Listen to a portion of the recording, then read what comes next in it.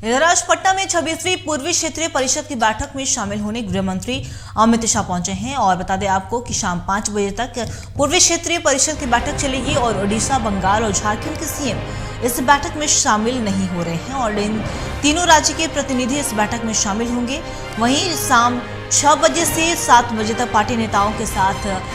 केंद्रीय गृह मंत्री अमित शाह बैठक करेंगे और उसके बाद दिल्ली के लिए रवाना हो जाएंगे।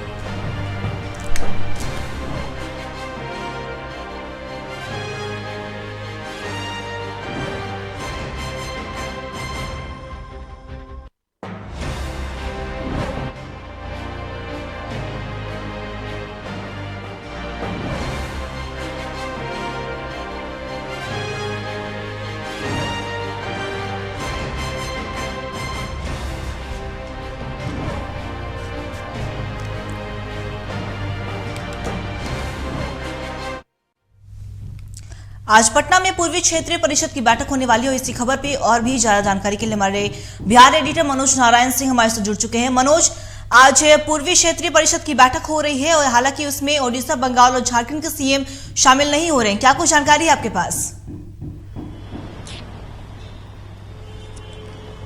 देखिए अंकिता, ये पूर्वी जो क्षेत्रीय परिषद की मीटिंग है जो पूर्व नियोजित थी, इसकी इस मीटिंग की शुरुआत हो गई है। केंद्रीय गृह मंत्री अमित शाह पहुंच गए हैं और 2 बजे से जो कार्यक्रम की शुरुआत होनी थी, बैठक की शुरुआत होनी थी, बैठक की शुरुआत हो गई है। एकदम टाइमली शेड्यूल से सारा जो है जो भी शेड्यूल था उस शेड्यूल के मुताबिक सारा कार्यक्रम चल रहा है और 5 बजे तक ये बैठक होगी। 5 से 6 के बीच में सारे मुख्यमंत्रियों के साथ में अमित शाह का हाईटी मीटिंग था, लेकिन जब ये सारे जो भी बिहार के को छोड़ करके जो भी स्टेट के मुख्यमंत्रियों को आना था वो मुख्यमंत्री नहीं आए हैं, उनका प्रतिनिधि आए हैं। प्रतिनिधि मतलब कि सारे जो भी झारखंड है या फिर पश्चिम बंगाल या फिर उड़ीसा, ये मुख्यमंत्री अपना प्रतिनिधि वहां के वित्त मंत्री को बना करके भेजे हैं। तो ऐसी स्थिति में 5 से 6 के बीच में हाई टी मीटिंग जो है का शेड्यूल है और 6 से 7 के बीच में स्टेट गेस्ट हाउस में अमित शाह अपने पार्टी के कार्यकर्ताओं के साथ, पार्टी के पदाधिकारियों के साथ में मीटिंग करेंगे और 7 बजे के बाद 7:20 में एयरपोर्ट पहुंचेंगे और दिल्ली लौट जाएंगे। ये उनका शेड्यूल है और इसको लेकर के पटना में जहां पर ये जो संवाद भवन है, चारों तरफ से सराउंडिंग 1 स्क्वायर किलोमीटर के सराउंडिंग एरिया में ये चारों तरफ चाक चौबंद की पूरी व्यवस्था की गई है। जहां जहां पर अतिथियों के ठहरने का जो जगह है और जो भी जहां जहां बैरिकेडिंग लगाए गए हैं 1 स्क्वायर किलोमीटर के रेडियस में सभी जगह मजिस्ट्रेट की प्रतिनियुक्ति की गई है। कहने का मतलब है कि जो सुरक्षा की व्यवस्था है वो पुख्ता उसका इंतजाम है और मीटिंग शुरू हो गई है। और मीटिंग जो शुरू हुई है इसमें जिस तरह से क्षेत्रीय परिषद का जो पूर्वी क्षेत्रीय परिषद का जो 4 स्टेट इसका इसमें आता है, बिहार, पश्चिम बंगाल, झारखंड, उड़ीसा,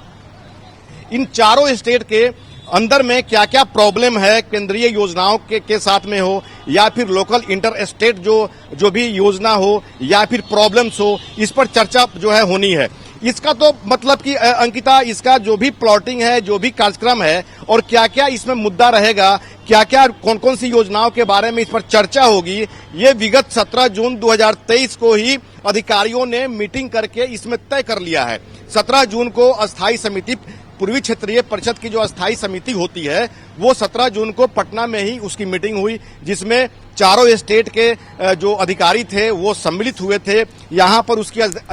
उसकी अध्यक्षता बिहार के जो चीफ सेक्रेटरी आमिर सुबहानी उन्होंने किया था और ये सारा जो है अधिकारी ने,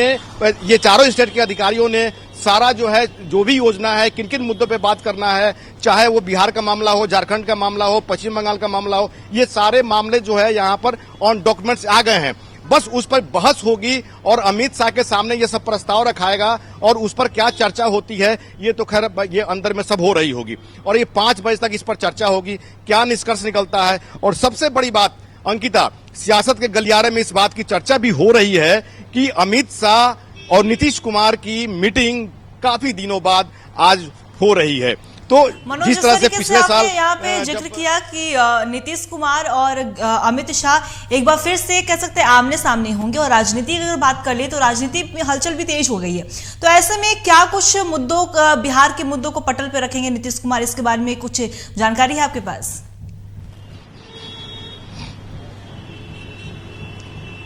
देखिए, पिछले साल अगस्त महीने में जब नीतीश कुमार महागठबंधन में शामिल हुए थे, एनडीए को छोड़े थे, उसके बाद में जो भी मीटिंग हुई, चाहे वो कोलकाता में पूर्वी क्षेत्रीय पिछले साल पूर्वी क्षेत्र जो क्षेत्रीय परिषद की बैठक हो, वहां पर तेजस्वी यादव को भेज दिए थे, फिर नीति आयोग की बैठक हो, उसमें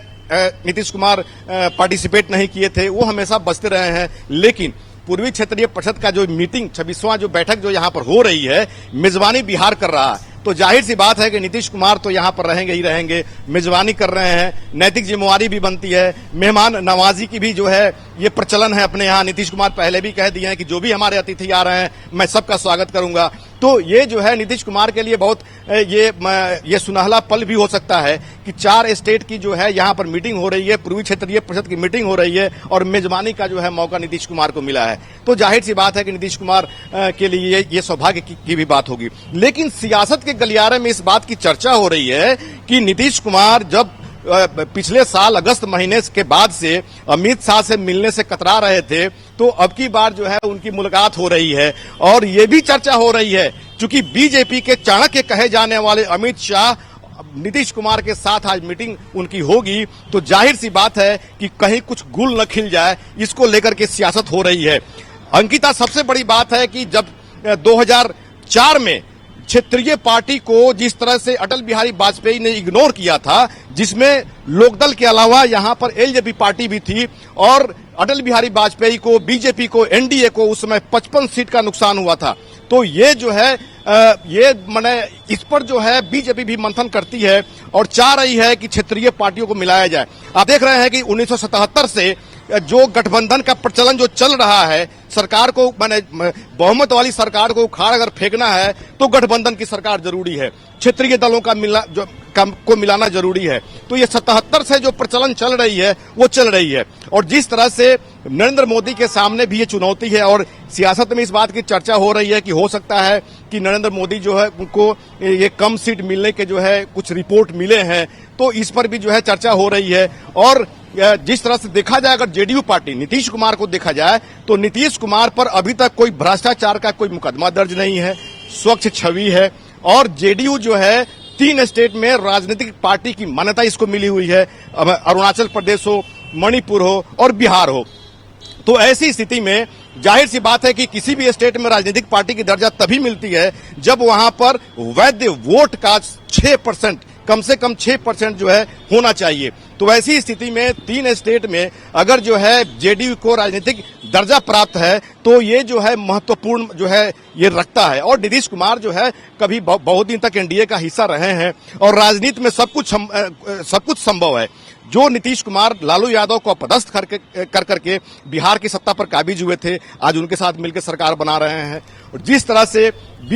लालू यादव ने कांग्रेस को अपदस्थ करके बिहार में सत्ता संभाला था, उसके बाद में कांग्रेस से मिलकर के बिहार में 15 साल राज किए। तो राजनीति में सब कुछ संभव है और सियासत में इस बात की चर्चा हो रही है कि बीजेपी के चाणक्य अमित शाह और नीतीश कुमार की आज मीटिंग हो रही है, कहीं कोई गुल न खिल जाए। हालांकि इस मामला को लेकर के जो महागठबंधन की और जो सबऑर्डिनेट पार्टी है उसके अंदर भी इस बात की चर्चा हो रही है कि कहीं कुछ गुल न खिल जाए। चूंकि आईएनडीआईए की जो बैठक हो रही है, आईएनडीआईए की जो भी बैठकें हुई है या आईएनडीआई का जो गठन हुआ है, उसमें जिस तरह से आवाज उठ रही थी कि नीतीश कुमार को संयोजक बनाया जाए, अगर संयोजक जो है बनाने की बात यहां पर कांग्रेस जो है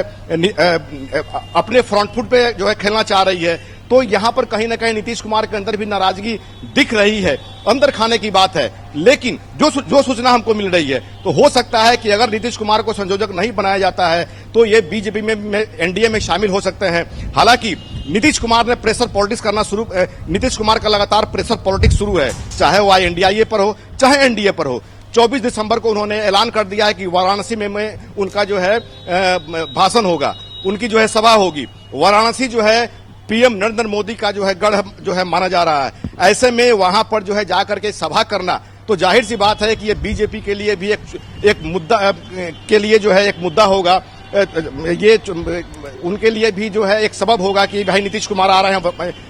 बनारस में। हालांकि चिराग पासवान आज ने साफ तौर पे कह दिया कि बिहार उनसे संभल नहीं रहा है, बिहार में जो है कोई उन्होंने मॉडल प्रस्तुत नहीं किया है, बनारस में जो है किस मुंह लेकर के जाएंगे। मोदी जब यहाँ पर देश के को लीड करने के लिए यहाँ पर जब उनको संयोजक बनाया गया था तो उनके सामने गुजरात मॉडल था। तो ये सारी तमाम बातें हैं जिससे ये माना जा सकता है और सियासत के गलियारे में चर्चा हो रही है कि नीतीश कुमार लगातार प्रेशर पॉलिटिक्स कर रहे हैं और चूंकि नीतीश कुमार की स्वच्छ छवि है, एनडीए को नीतीश को धकेलना या जो है धक्का देना ये असंभव सा यहाँ जी पर मनोज, आपका बहुत बहुत शुक्रिया तमाम जानकारी के लिए। आप बने रहिएगा खबर पे, हम आपसे और भी ज्यादा जानकारी और अपडेट लगातार लेते रहेंगे। तो बता दें